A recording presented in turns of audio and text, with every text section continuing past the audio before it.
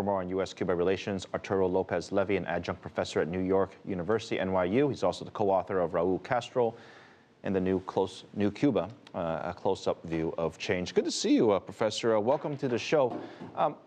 Look, we've talked about this for some time now, the normalization of relations and what it could mean to both countries. I think it's fair to say that most would agree that it is generally good. But I wonder, in your opinion, are there specific industries you think are going to benefit more than others?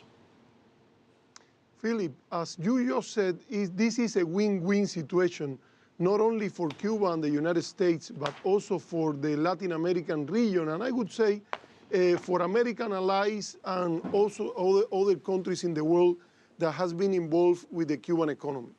The main industries that Cuba has developed after the collapse of the Soviet Union, because Cuba for quite a long time has a close integration to the Soviet economy, has been tourism and biotechnology.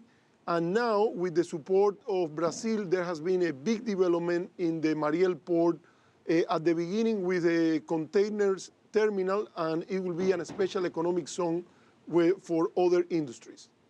When you think about the beneficiaries, and a lot of people say, well, the U.S. will benefit or Cuba will benefit, is it possible that the region as a whole will benefit when you look at the other nearby countries? I mean, because the situation has calmed a bit. Well, your question has two main dimensions, Phillips. One is economic and the other is politically. Up to now, most of the people that were forecasting that Cuba will suck jobs or other opportunities from other countries in the Caribbean has failed. In the reality, what happened is that the country risk of Cuba has lowered, and there are now more interest in European companies, in companies in Canada, companies in Latin America, that they feel less pressured by U.S. sanctions to invest in Cuba.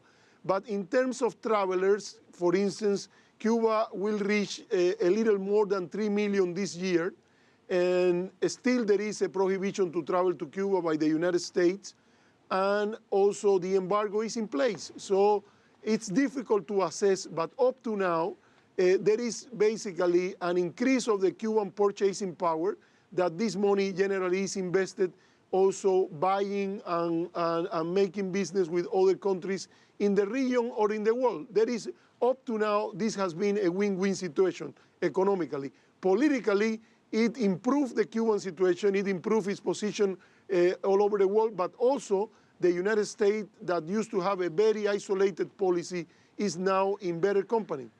A couple headlines that I've been watching. I think there's one company proposing to have ships, or ferries, I should say, go from Florida to Cuba. I've seen a couple U.S. airlines announce they want to start flights there as well. I guess I'm referring to the potential opportunity of tourism, and you hinted at it earlier.